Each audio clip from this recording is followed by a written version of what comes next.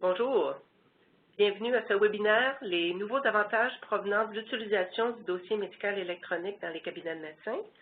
Mon nom est Louise Beauchesne, je suis directrice exécutive régionale pour le Québec InfoRoute Santé du Canada et ça me fait plaisir de vous souhaiter la bienvenue à ce webinaire.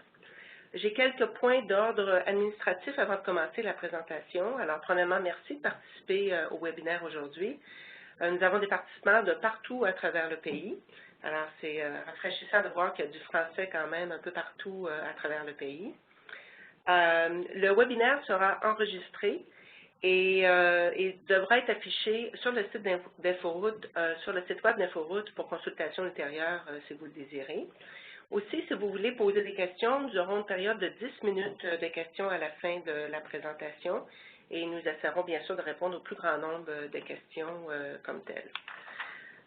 Maintenant, quelques petites indications. Si vous voulez poser des questions, la solution est en mode silence à l'heure actuelle. Vous voyez à droite, en haut, vous pouvez dérouler le menu déroulant, aller sur le Q&A et à partir de là, envoyer votre question à All Panelists. Également, si vous voulez voir la présentation plein écran, vous allez toujours sur le menu déroulant, aller sur l'onglet View et Fit to It, et à partir de ce moment-là, vous voyez la présentation à plein écran. Alors, sans plus tarder, nous allons commencer la présentation. La présentation d'aujourd'hui va porter, bien sûr, sur les avantages de l'étude sur le dossier médical électronique. J'aimerais présenter les conférenciers d'aujourd'hui. Alors, premièrement, Maureen Hazel, qui est gestionnaire en consultation à PwC, qui est PricewaterhouseCoopers, qui a travaillé à cette étude et qui vous présentera donc les conclusions du rapport. Nous accueillons également Dr Jean-François Rancourt, qui est un médecin de famille à Montmagny, chef du département du CSSS de Montmagny-Lillet et responsable du GMF de Montmagny.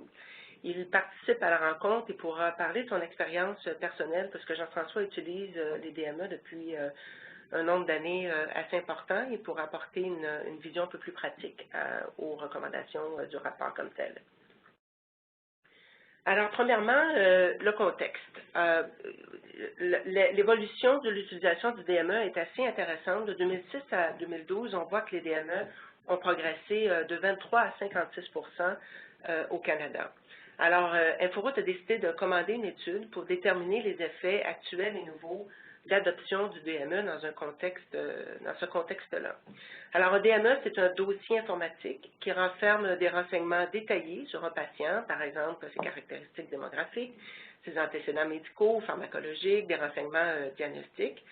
Le DME est souvent intégré aussi à un autre logiciel, ou ça peut être le même logiciel qui gère des activités comme la facturation, le calendrier des rendez-vous. Il peut également accueillir des informations qui proviennent de d'autres bases de données, des systèmes externes, typiquement des DSE, soit au niveau des résultats de laboratoire ou du profil de médicaments.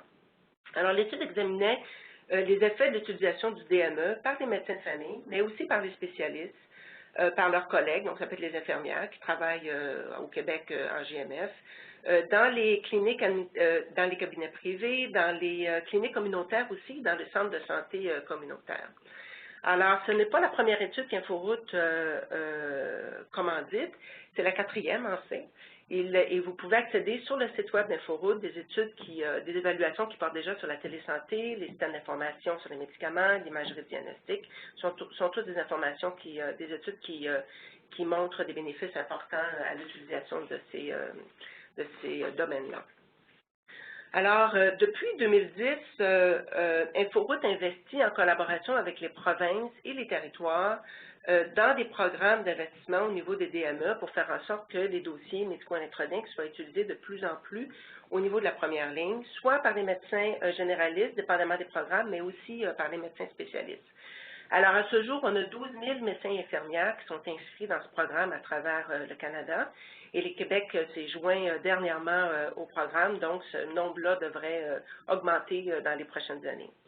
On a aussi une vingtaine de projets d'investissement dans des DME de soins ambulatoires. Typiquement, ce sont les cliniques externes des centres hospitaliers, pour lesquels on compte d'ici un an ou deux avoir 25 000 cliniciens qui auront accès à ces fonctionnalités cliniques-là. Évidemment, on travaille aussi avec nos partenaires pour augmenter la valeur clinique, faire en sorte que ces solutions-là aient une valeur clinique intrinsèque pour accéder à des informations et atteindre des niveaux d'utilisation qui sont minimaux partout à travers le pays, et aussi d'atteindre l'interopérabilité, donc d'obtenir des résultats de laboratoire qui arrivent directement dans les solutions, les rapports de radiologie également, et évidemment au niveau du médicament, de profil médicamenteux. Certains projets vont même jusqu'à l'intégration au niveau du prescripteur électronique. On a aussi des programmes de cliniciens en formation, des réseaux soutien des cliniciens, l'évaluation des avantages dont l'étude fait partie comme telle. Alors, on voit l'évolution de l'utilisation du DME. Il y a une étude du Fonds du Commonwealth de 2012 qui a été publiée en janvier 2012 de cette année qui montre l'utilisation grimper de 23 à 56 comme je mentionnais, de 2006 à 2012. On a une autre étude aussi, le sondage national des médecins de 2010, qui montre que les spécialistes également ont augmenté leur utilisation de 28 à 41 Alors ça, c'est des bonnes nouvelles comme telles qui montrent qu'on a encore du chemin à faire, comme vous pourrez voir avec la prochaine acétate, qui montre comment le Canada se situe par rapport aux autres pays de l'OCDE. Alors, vous voyez qu'il y a quand même plusieurs pays qui sont au-delà de 90 dans leur utilisation, par les Pays-Bas, la Norvège, les pays nordiques, la Grande-Bretagne, l'Australie. Donc, on a encore pas mal de chemin à faire, mais la beauté, c'est que déjà, même avec l'utilisation à 56 on a des retombées économiques importantes par rapport à l'utilisation actuelle. L'utilisation des fonctionnalités avancées n'est pas la même partout. On voit quand même une évolution importante de 2009 à 2012. Mais chacun des cliniciens utilise les solutions, l'utilisation en fait varie d'un clinicien à un autre.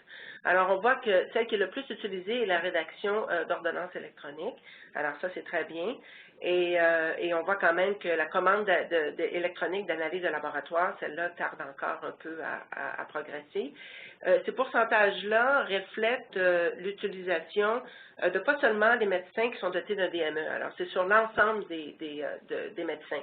Et c'est pour ça qu'on voit que les pourcentages varient un peu là, par rapport à une population qui aurait des DME. Alors maintenant, je vais céder la parole à Mme Maureen Adel, qui va vous parler des conclusions beaucoup plus en détail de l'étude qui a été, dont la présentation fait l'objet aujourd'hui. Merci Louise. Donc j'aimerais maintenant parler des conclusions de notre étude sur les nouveaux avantages provenant de l'utilisation du dossier médical électronique dans les cabinets de médecins. Donc la version intégrale de l'étude est accessible sur le site web d'Inforoute. Donc l'objectif de l'étude, c'était vraiment de déterminer les avantages actuels ainsi que les nouveaux avantages de l'adoption du DME par les cabinets de médecins du Canada. Donc Louis, si vous pouviez aller à la diapo d'avant. D'avant, excusez-moi. Merci. Et donc, il faudrait préciser que l'étude portait sur les médecins et les spécialistes qui travaillent en cabinet. Donc, au niveau des infirmières, nous avons des nouvelles données qui mettent en lumière l'utilisation du DME dans les activités professionnelles des infirmières. Malheureusement, nous n'avions pas les données disponibles pour évaluer l'effet sur les infirmières dans notre évaluation des avantages. Donc, néanmoins, nous aimerions souligner que les avantages qui sont mentionnés dans cette étude profitent aussi aux infirmières et aux préposés aux tâches d'infirmières et administratives qui exercent dans l'ensemble du pays. J'aimerais aussi souligner que l'étude repose sur un vaste ensemble de données qui sont tirées de la documentation publiée, mais aussi de la littérature grise. Et donc, cette documentation a servi comme un point de départ à l'évaluation des avantages. Et nous avons aussi utilisé les données qui provenaient de sondages canadiens. Et donc, on a pu faire une estimation des avantages quantitatifs à l'échelle nationale pour un sous-ensemble d'avantages lorsqu'il y avait des données accessibles.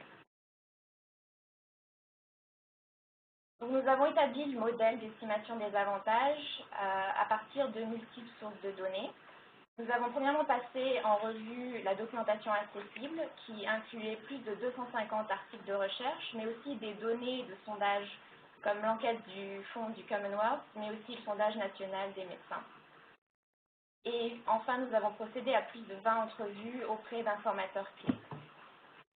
Ensuite, on a utilisé cette information pour établir des hypothèses générales quant aux avantages. Donc, nous avons utilisé des données de bonne qualité quand elles étaient accessibles, puis nous avons regroupé ces données dans des conclusions selon des secteurs d'avantages, nous les avons quantifiées, et ensuite nous les avons extrapolées à un contexte canadien à l'aide de sources canadiennes comme Statistique Canada ou l'ICIS. Et enfin, comme dernière étape, le modèle a été ajusté pour la maturité de l'utilisation. Donc cette maturité est tirée de l'enquête du Fonds du Commonwealth et aussi du sondage national des médecins. Et cette maturité est en fait l'utilisation que les cliniciens déclaraient faire du DME. Donc nous définissons la maturité de l'utilisation comme le pourcentage de médecins qui utilisent le DME, qui peuvent s'attendre à en réaliser les avantages par l'utilisation de fonctions spécifiques ou l'utilisation des données du DME pour la gestion de leur cabinet ou de leur groupe professionnel. Donc par exemple, certaines fonctions du DME sont utilisées par la plupart des cliniciens, alors que d'autres ne sont utilisées que par un petit groupe de cliniciens. Donc, nous avons, après une analyse des données de ces sondages, la maturité de l'utilisation peut varier assez significativement, de 3% à 56% dans les milieux de soins primaires. Et selon les données du sondage national des médecins, elle est jugée légèrement plus faible chez les spécialistes qui travaillent en cabinet que chez les médecins de soins primaires. Donc, nous invitons à consulter le rapport intégral pour obtenir la maturité d'utilisation précise chez les spécialistes, mais aussi si vous désirez avoir plus de précision au sujet de la méthodologie et de l'approche.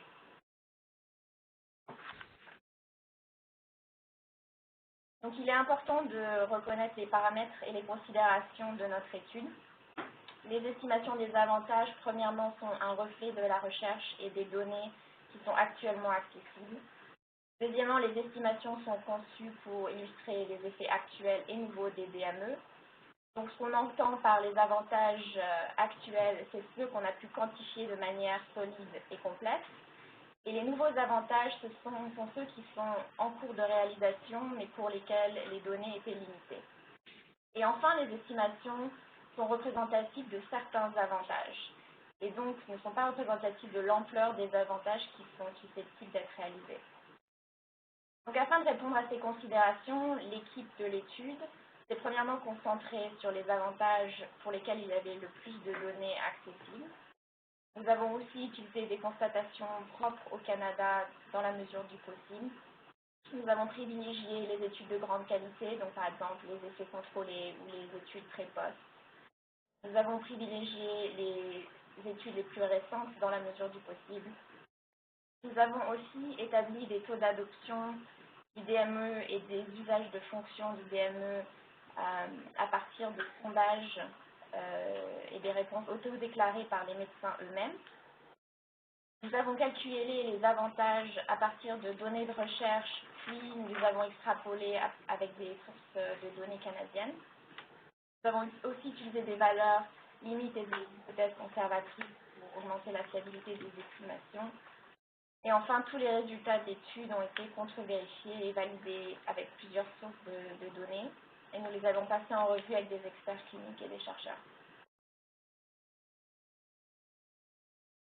Donc, en fonction de cette approche et de toutes les données accessibles, nous avons élaboré vraiment 4 grands secteurs d'avantages qui sont décrits en détail dans l'étude. Le premier avantage est que le déroulement du travail dans les cabinets de médecins gagne en efficience grâce à un réaménagement des horaires de travail des employés.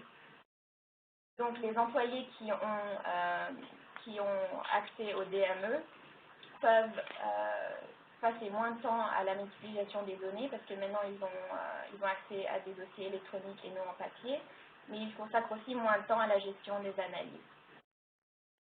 Le deuxième avantage est que l'utilisation du DME procure des avantages à l'ensemble du réseau de la santé, dont une réduction du nombre de cas de réactions indésirables à un médicament et d'analyses et d'examens redondants. Donc là, le DME peut permettre la réduction des examens redondants, par exemple en affichant les résultats d'analyse antérieures. Mais il peut aussi limiter la perte de rapports grâce à l'archivage électronique. Et au niveau des des réactions indésirables à des médicaments, le DME permet l'entrée informatisée des ordonnances. Donc, par exemple, le clinicien peut savoir si un médicament qui est prescrit est susceptible d'entraîner une interaction indésirable, mais le DME peut aussi signaler au clinicien qu'il y a des allergies, et surtout et avant tout, le DME améliore la lisibilité des ordonnances. Le troisième secteur est que l'utilisation plus spécialisée du DME peut améliorer les résultats pour la santé et la sécurité des patients grâce aux soins préventifs et à la gestion des maladies chroniques. Donc là, le clinicien a accès aux historiques du patient, et ce qui facilite la gestion de la santé du patient.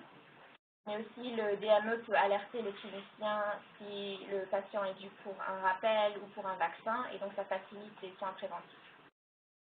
Et enfin, le dernier facteur est que l'utilisation du DME favorise de meilleures interactions et une amélioration des communications entre les membres de l'équipe soignante et entre les prestataires de soins et leurs patients.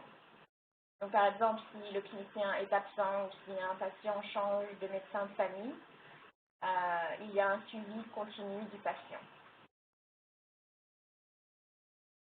Donc maintenant, je vais explorer chacun de ces secteurs d'avantages, ces avantages en détail. Donc le premier secteur est que le déroulement du travail dans les cabinets de médecins gagne en efficience grâce à un réaménagement des horaires de travail des employés. Donc comme vous pouvez le voir sur le tableau à gauche, nous avons pu quantifier deux de ces avantages et nous mentionnons aussi les nouveaux avantages, donc ceux que nous n'avons pas pu quantifier mais qui sont quand même en cours de réalisation. Donc au niveau des avantages quantifiés, la réduction ou l'élimination de la manipulation des dossiers procure des avantages qui sont évalués à 84 millions de dollars par année. Deuxièmement, l'amélioration de la gestion des analyses de laboratoire et des tests diagnostiques procure des avantages qui sont évalués à 93 millions de dollars par année. Donc ces deux avantages procurent un bénéfice annuel que nous avons évalué à 177 millions de dollars. Donc maintenant, je vais vous référer au graphique à droite qui représente pour la période de 2006 à 2012 ces avantages cumulatifs. Donc comme vous pouvez voir avec l'adoption croissante du DME de 2006 à 2012, les avantages cumulatifs sont évalués à 800 millions de dollars. Maintenant, en termes de nouveaux avantages, ceux-ci comprennent des gains d'efficience pour l'administration et le déroulement du travail. Donc, par exemple, un établissement plus facile du calendrier de rendez-vous, mais aussi des meilleures pratiques de facturation. Nous voyons aussi des changements dans les pratiques cliniques, comme pour la documentation ou les ordonnances électroniques.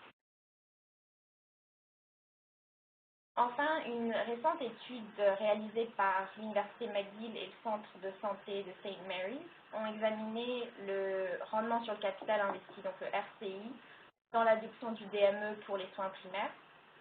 Et donc, cette étude était auprès de 17 cliniques, et sur ces 17 cliniques, ils ont trouvé que 14 de ces cliniques avaient un RCI positif. Et aussi que pour ces cliniques, la période nécessaire pour atteindre la rentabilité allait de 1 à 37 mois et s'établissait en moyenne à 10 mois. Donc encore pour de plus amples renseignements, je vous invite à consulter le rapport intégral qui est sur le site web d'Info. Maintenant, le deuxième avantage est que l'utilisation du DME procure des avantages à l'ensemble du réseau de la santé, dont une réduction du nombre de cas de réaction indésirable à un médicament et d'analyse et examens redondants. Donc, comme vous le voyez encore, nous avons pu estimer, quantifier deux de ces avantages qui sont à gauche dans le tableau. Nous avons aussi noté plusieurs nouveaux avantages qui ne peuvent pas encore être quantifiés à l'échelle nationale. Donc, au niveau des avantages quantifiés, dans le cabinet, des cabinets de médecins, la réduction du nombre d'analyses de laboratoire et d'examens d'imagerie redondants procure des avantages qui sont évalués à 99 millions de dollars en 2012, ce qui correspond à environ 6,5 millions d'analyses redondantes en moins par année. Deuxièmement, une réduction des réactions indésirables à un médicament, due au fait que les ordonnances dactylographiées sont plus lisibles que celles qui sont manuscrites, s'évalue à un avantage de 24 millions de dollars en 2012. Donc, je vais encore vous référer au graphique à droite qui montre pour la période de 2006 à 2012 que les avantages cumulatifs pour ces deux avantages sont évalués à 584 millions de dollars. Au niveau des nouveaux avantages, une plus grande connectivité et un plus grand accès aux dépôts de données peut vraiment accélérer l'avantage sur les analyses et les examens redondants. Aussi, le DME permet un plus grand aide à la décision pour le clinicien. Et donc, ceci peut faciliter la réduction des examens d'imagerie inappropriés. Donc, par exemple, le clinicien peut être alerté par le DME que l'examen est inapproprié vis-à-vis des symptômes du patient. Et donc, nous avons examiné 3 examens qui sont l'IRM de la région lombaire, l'IRM de la tête et le CT scan des sinus. Ces 3 examens sont ceux pour lesquels nous avions des données qui nous permettaient de quantifier les avantages. Et donc, pour ces 3 examens, nous avons estimé des avantages de 5,7 millions de dollars en 2012, ce qui correspond à 6 000 examens de moins pour ces 3 examens. Donc, malheureusement, nous n'avions pas les données pour extrapoler ces avantages à un plus grand nombre de tests.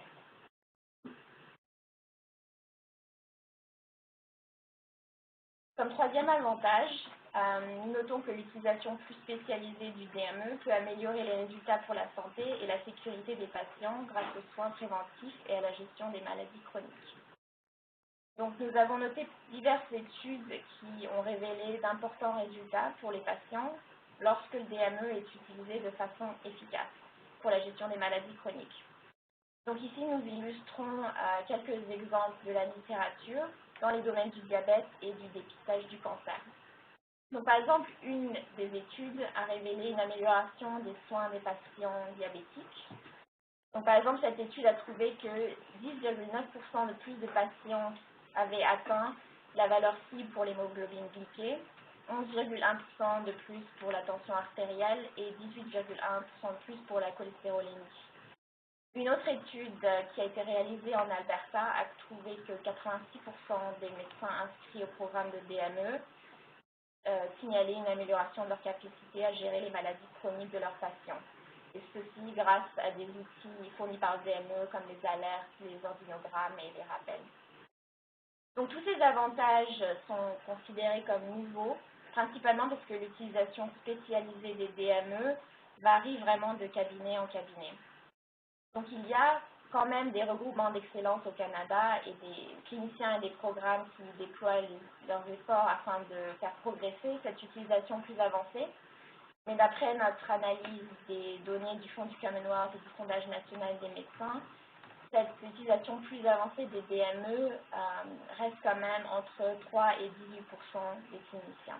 Donc encore des efforts à faire à ce niveau-là.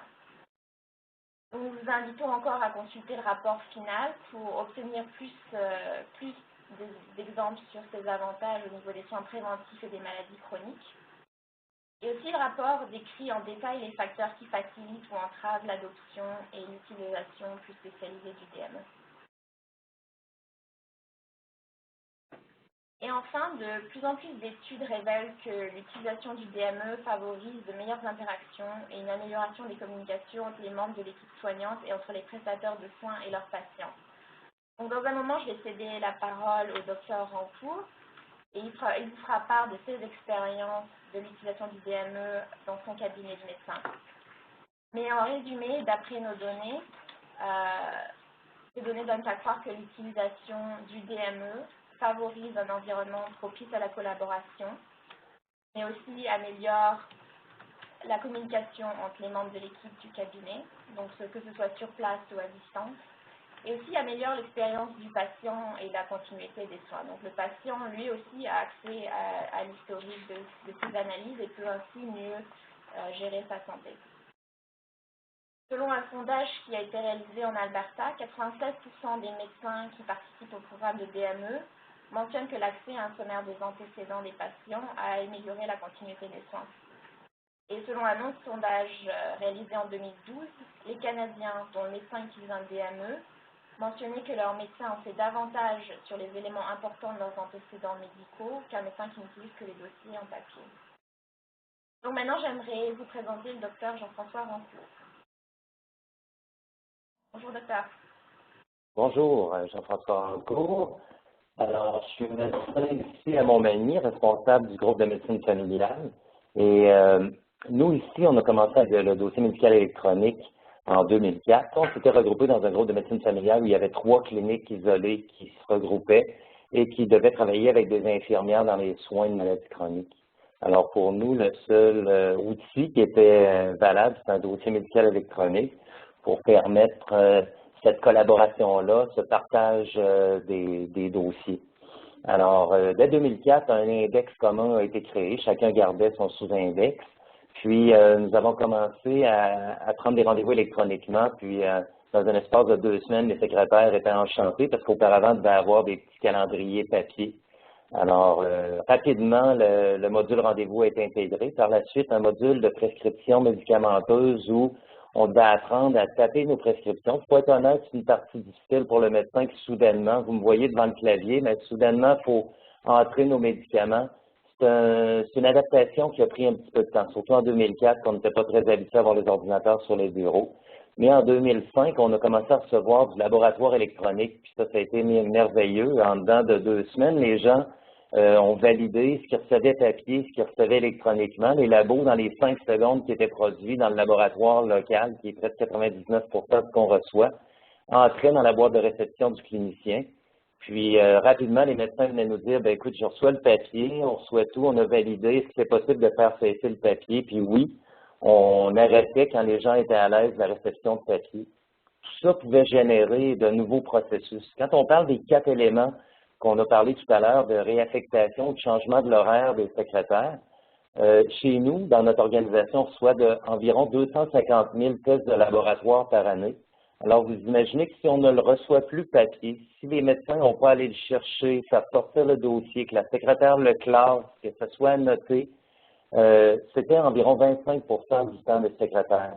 Alors, on n'a pas coupé 25 % du temps de secrétaire, mais elles ont été affectées à de nouvelles tâches, comme par exemple de faire de la numérisation de papier, parce que chaque semaine, on reçoit quand même beaucoup de types de papier, des consultations, des tests de fonction respiratoire, des certificats d'assurance, des formulaires de la CSST, mais aussi de dicter nos notes cliniques. Parce que l'entente dans le groupe de médecine familiale, c'était quand tu géreras ton laboratoire électronique, quand tu feras tes prescriptions, quand tu intégreras les antécédents médicaux de tes patients dans la note clinique, on fera ta dictée. Alors, les médecins font une première note gabarit où ils inscrivent le diagnostic de la rencontre, les médicaments qu'ils prescrivent, le renouvellement, puis s'il y a des nouveaux antécédents. Puis le reste est dicté, les secrétaires l'intègrent à la note, ce qui fait que toutes nos notes sont effectivement lisibles. Et le dossier complet depuis 2006. Alors, ce qu'on a fait depuis 2006 maintenant pour environ nos 35 000 patients qui sont dans le groupe de médecine familiale sur 5 cliniques privées, 2 CLSC, notre dossier est complet. Si on a un appel téléphonique, on ne demande pas de faire sortir le dossier par le secrétaire, tout est là. Puis comme vous le savez, en bureau, parfois, une maman vient, puis tant qu'à y être, pourrais-tu regarder à renouveler les médicaments de mon mari? Tant qu'à y être, verrais-tu mon enfant? Bien, on a tout le dossier qui est disponible. Alors, si on reprend les 4 points par étape, on parlait de réaffectation du personnel, donc des nouvelles tâches pour elles et surtout une valorisation de leurs tâches, parce que c'est plus des choses redondantes comme classer des documents, mais vraiment de leur attribuer une plus-value. Comme par exemple, lorsqu'on fait une numérisation d'une feuille de consultation, on la nomme, consultation en médecine interne par tel médecin, telle date.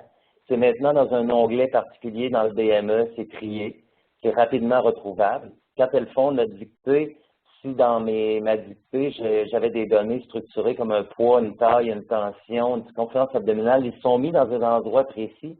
Ce qui fait que tout à l'heure, quand on va parler de suivi de maladie chronique, on va voir les suivis de signes vitaux de façon ordonnée, qui sont triables et même imprimables en graphique.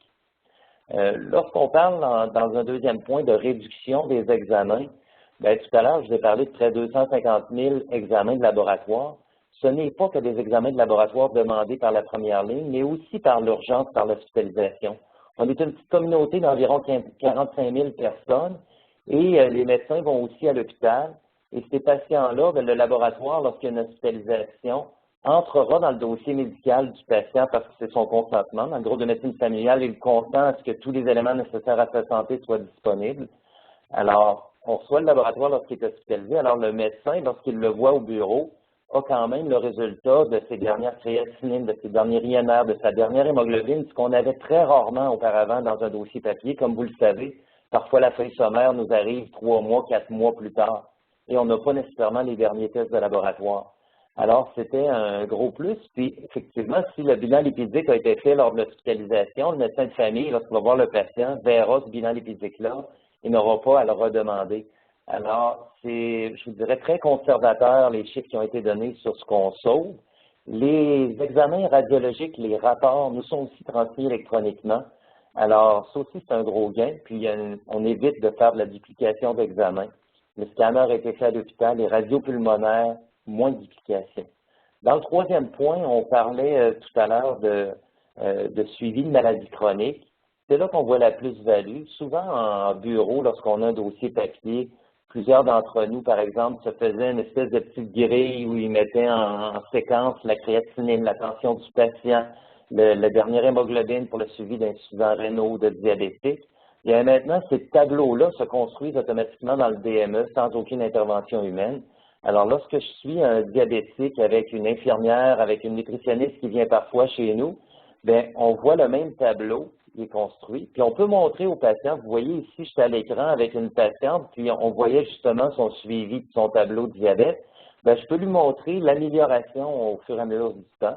Puis même certains patients nous demandent, peux-tu m'imprimer mon graphique? C'est une source supplémentaire de motivation pour lui. Des médecins qui vont demander de faire des tableaux spécifiques aux troubles thyroïdiens, au PSA au niveau de la prostate pour voir le suivi de l'amélioration de la PSA. Alors, de façon simple, ces tableaux-là sont construits et sont disponibles à tous. Lorsqu'on parle d'effets indésirables médicamenteux, bien, je vous dirais que la prescription médicamenteuse, même si c'est quand même assez long pour le clinicien de s'habituer à faire le premier pas d'entrer les médicaments, une fois qu'ils sont entrés, le renouvellement est extrêmement rapide. Et on sauve beaucoup, on sauve 30 secondes, 1 minute par patient. Ça me paraît peu, mais je vous dirais que quand tu multiplies par 12, 15, 20 patients dans une journée, 5 journées, semaine, sur 34 médecins dans une organisation, le gain est énorme. Mais l'impression que ces médicaments-là est maintenant lisible, on ne reçoit plus aucun appel des pharmaciens pour nous dire qu'est-ce que tu as écrit, ce qui est une perte de temps pour tous. Mais maintenant, on a une nouvelle interaction qui est avec les pharmaciens. Parfois, ils vont m'appeler pour dire, excuse, tu m'as fait une prescription de, par exemple, un diurétique et tu n'étais pas au courant que 2 jours avant, l'interniste l'a vu et a fait une modification. Je veux te tenir au courant que tu mettes à jour ton dossier médical électronique. Autre avantage, par exemple, dans un formulaire d'impression de médicaments, on peut inclure d'autres données, comme par exemple le poids du patient, sa taille, les dernières tensions artérielles, la dernière créatinine. Les pharmaciens, maintenant, avec les autres professionnels, peuvent faire des conseils aux patients, certains ajustements, puis nous demander, par exemple, si tu augmentes l'altase, pourquoi l'as-tu augmenté? Est-ce que c'est que sa tension artérielle était plus élevée?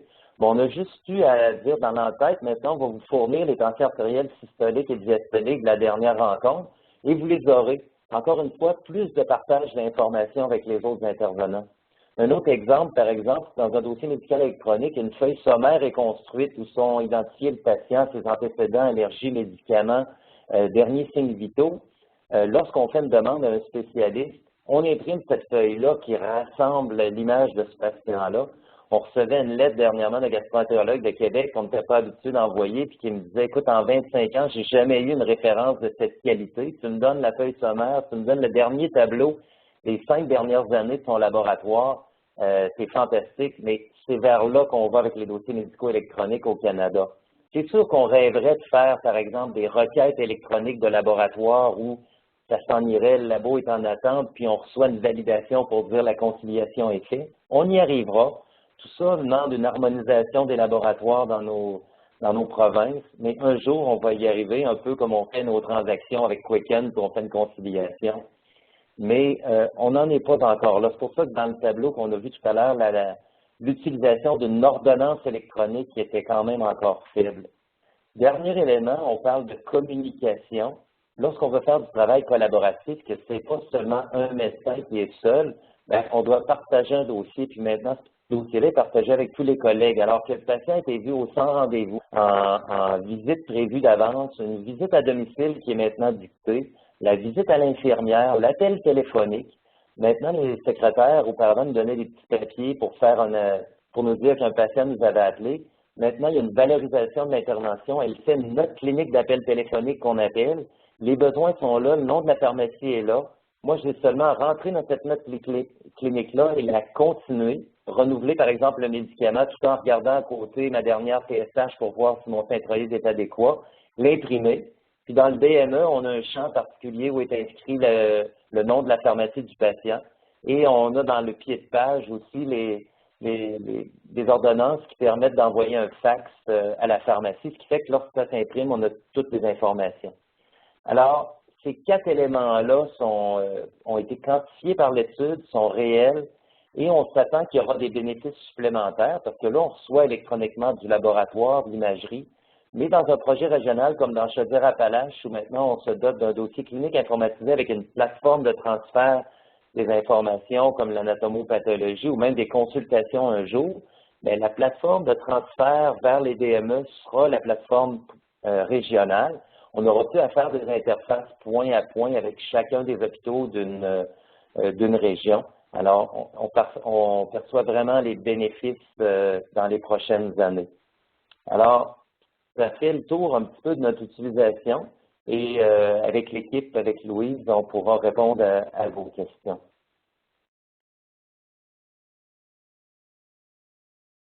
Vraiment, cela confirme ce que vous avez dit, les cliniciens et les membres du panel consultatif tout au long de notre étude. Et donc maintenant, j'aimerais vous ramener aux 4 secteurs d'avantages qu'on a identifiés et qui sont décrits en détail dans l'étude, dont 2 que nous avons évalués de manière quantitative. Donc en ce qui concerne les gains d'efficience du déroulement du travail obtenus par les cabinets de médecins et la valeur que représente le DME pour le réseau de santé, nous avons observé des avantages qui sont évalués à 1,3 milliard de dollars depuis 2006.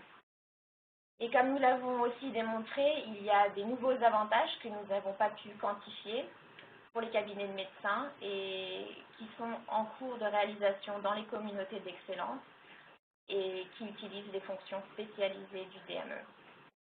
Donc à partir des résultats de l'étude, plusieurs recommandations ont été formulées. Avec l'application de ces recommandations et l'engagement constant des cliniciens, les prestataires de soins, les patients et l'ensemble du réseau de la santé pourraient avoir accès à des avantages majeurs et transformateurs. Et donc vraiment, ces recommandations sont présentées aux décideurs, aux organismes gouvernementaux, aux bailleurs de fonds, aux chercheurs, aux responsables de l'adoption et aux personnes et organismes qui adoptent le DME pour qu'ils continuent vraiment à réaliser les avantages qui sont associés à la maturité de l'utilisation du DME. Donc la première recommandation est de continuer d'élargir l'adoption du DME et la maturité de son utilisation dans des cabinets de médecins pour en retirer des avantages. La deuxième recommandation est d'élargir le soutien de la gestion du changement et l'application des pratiques exemplaires en fonction des besoins et priorités des cabinets et des cliniciens. La troisième est de continuer d'améliorer l'accessibilité du DME en cabinet et la circulation de l'information qui y est intégrée ou qui est en extraite, en améliorant la connectivité et l'interopérabilité de son système. Quatrième recommandation est de commencer à utiliser à grande échelle des applications de gestion de la population en étant sensible à la confidentialité du DME. Et finalement, nous recommandons de s'attacher au secteur de recherche prioritaire en utilisant des méthodes de recherche rigoureuses sur les services de santé dans les cabinets de médecins pour faire une estimation complète des avantages actuels et des nouveaux avantages découlant d'une optimisation du recours au DME et des résultats pour le patient. Donc enfin, nous aimerions remercier ceux qui ont contribué à cette étude, les organisations et les personnes qui ont mis à notre disposition leur temps, leurs connaissances et leur expertise. Un merci tout particulier aux membres du panel consultatif, aux participants des provinces et des territoires et aux membres de l'équipe de projet interne d'InfoRoute. Merci de votre participation et de vos conseils. Et nous espérons vraiment que le rapport fera connaître les utilisations et les bienfaits du DME au Canada. Et maintenant, je vais céder la parole à Louise. Merci Maureen, merci Jean-François.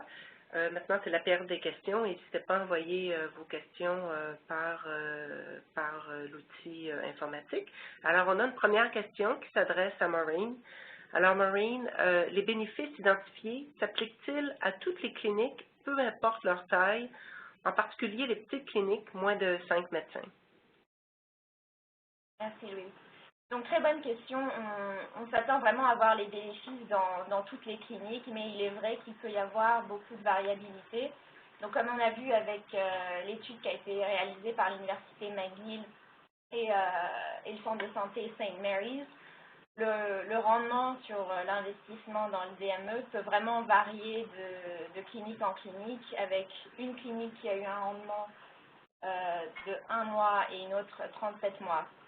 Donc vraiment au niveau de l'investissement, ça peut être un investissement plus onéreux pour les petites cliniques que pour les grandes.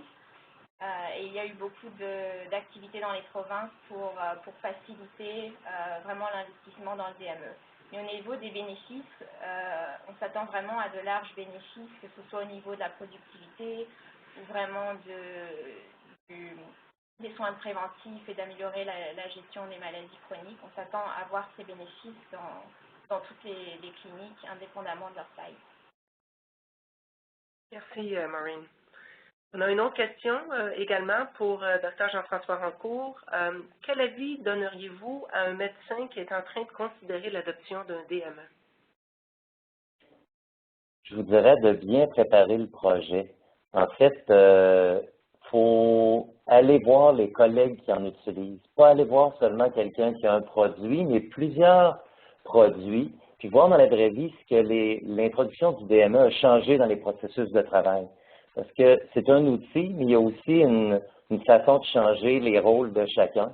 C'est important de bien s'y préparer. Puis, une fois qu'on est solide et qu'on prépare notre projet, de bien préparer les échéanciers d'introduction et aussi d'avoir un support à l'après.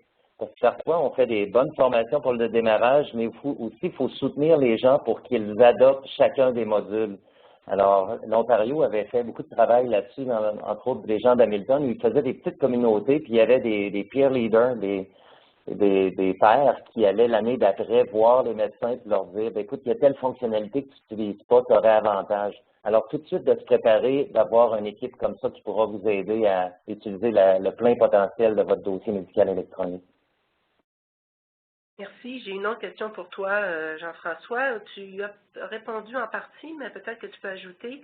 Alors, comment aider les médecins et leurs équipes dans une utilisation plus mature de leur DME, sans un accompagnement structuré comme dans les programmes en Colombie-Britannique ou en Ontario, comme tu mentionnais? Bien, le Québec débute depuis novembre son programme de le PQA-DME pour pouvoir soutenir les gens à adopter le dossier médical électronique. Il y a des cours qui sont donnés par la Fédération pour se préparer à ça, identifier notre gestion de changement, nos risques. Et puis, l'après, vous allez voir que dans une clinique, il y a toujours certains individus qui sont un peu plus formés puis qui pourront aider à ceux qui auront un peu plus de difficultés.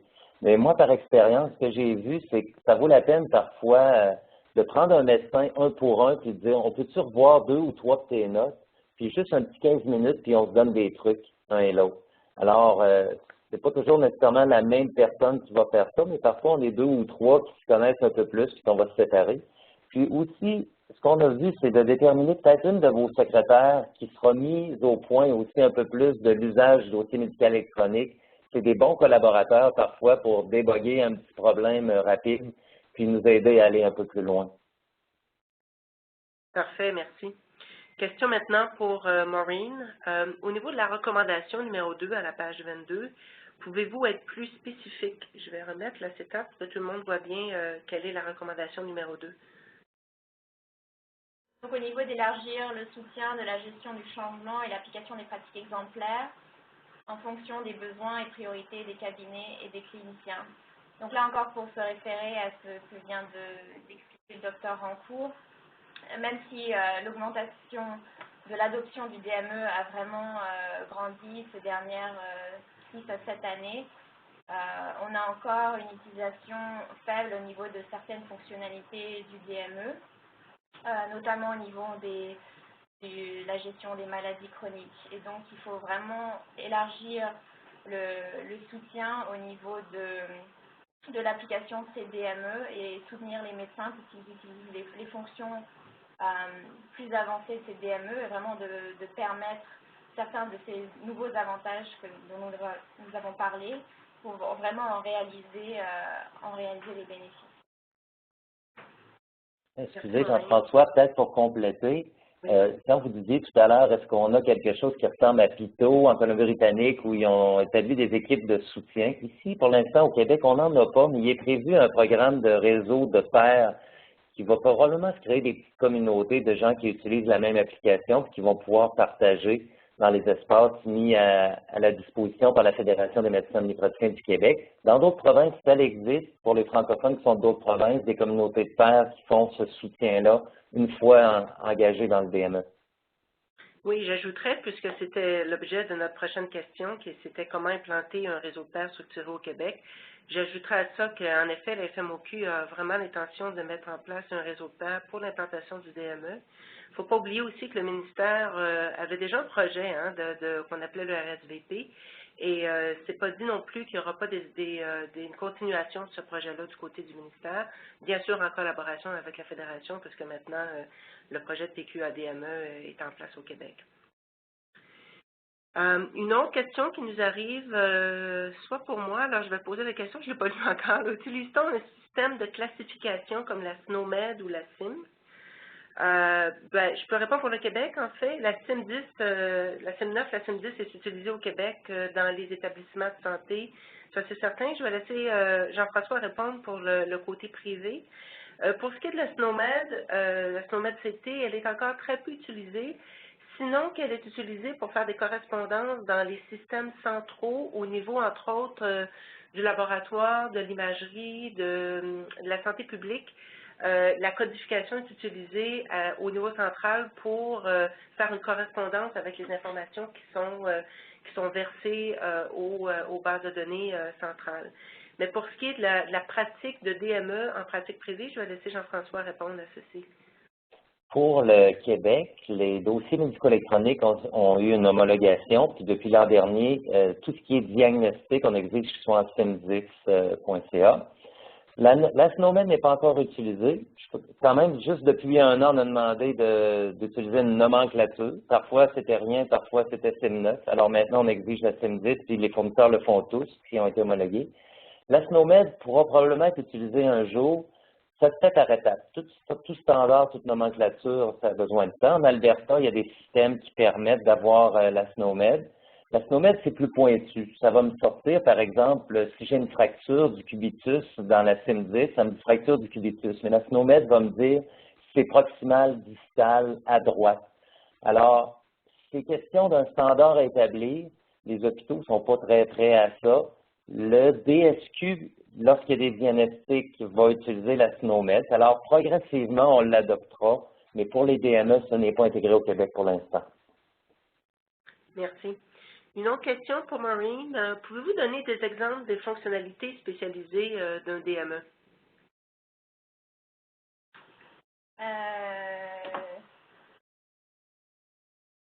Vous pouvez répéter la question, oui, s'il vous plaît? Pouvez-vous donner des exemples, peut-être que Jean-François pourra compléter également, pouvez-vous donner des exemples des fonctions spécialisées d'un DME? Bien, je pourrais répondre, Maureen. C'est que ce qu'il faut éviter de faire, c'est de transformer un dossier papier en électronique. C'est-à-dire, par exemple, de faire mes notes cliniques sur papier, de les scanner, puis de les mettre dans un DME, puis de dire j'ai mon dossier électronique. Quand on parle de fonctionnalités plus avancées, ce qu'on parle, c'est que, par exemple, de générer des graphiques avec les laboratoires reçus électroniquement. Par exemple, c'est de dire, j'ai des alertes qui sont intégrées qui me disent, ben, ta colonoscopie, il faut que tu la fasses en 2014. Par exemple, c'est d'avoir un écrit en jaune qui souligne que ma créatinine est plus élevée que les normalités parce que je l'ai reçu électroniquement. Puis dans le message électronique, ça dit la limite inférieure, la limite supérieure. Par exemple, c'est de faire une prescription médicamenteuse et qu'il y a une alerte qui me dit il y a une interaction entre deux de tes médicaments. Ou de dire il y a quelqu'un qui a déjà documenté qu'il a une allergie à la pénicilline en 2004 qui est en train de prescrire du clavulin. C'est une pénicilline, il y a une alarme. Alors, c'est ça quand on parle de fonctionnalité avancée, pour ne pas reproduire ce que faisait le dossier papier et qu'il n'y ait pas de plus-value. Aussi, j'aimerais ajouter, Dr. Rancourt, après les données de l'enquête du Fonds du Commonwealth, ce qu'on a observé aussi, c'est que les fonctions plus avancées sont celles qui sont liées vraiment à la gestion de la population entière de la clinique. Donc, ce qui permet de, par exemple, générer le nombre de patients qui sont sur un certain médicament ou qui ont eu un certain nombre d'analyses ou certains types d'analyses. Donc, vraiment, ce qui permet cette gestion au niveau de la population entière de la clinique et pas seulement mettre l'accent sur vraiment juste un patient spécifique et plus le groupe de patients qui auraient certains critères. Merci Maureen, merci Jean-François pour ces réponses qui nous éclairent. Ça termine maintenant la séance de questions. Après cette présentation, vous pouvez vous rendre sur le site d'InfoRoute pour télécharger un exemplaire du rapport si vous ne l'avez pas déjà fait. Si vous avez d'autres questions, n'hésitez pas, nous sommes toujours là pour répondre au courriel. Également, au nom d'InfoRoute, j'aimerais remercier Maureen et toute l'équipe de PwC pour le travail sur le projet. Comme vous voyez, ça a été fait de façon très, très stricte et qui ça apporte des bénéfices qui sont très intéressants. J'aimerais également remercier Jean-François Rancourt d'avoir pris le temps sur ses heures de travail très chargées pour participer aujourd'hui. Je pense que ça a apporté de la valeur et beaucoup de concret à la présentation.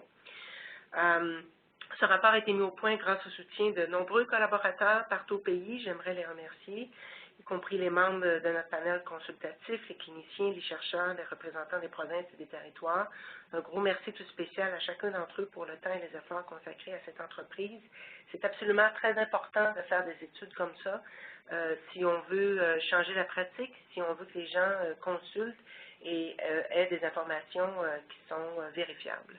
Alors, merci à tous les participants et j'aimerais vous inviter à une prochaine fois. Merci, au revoir.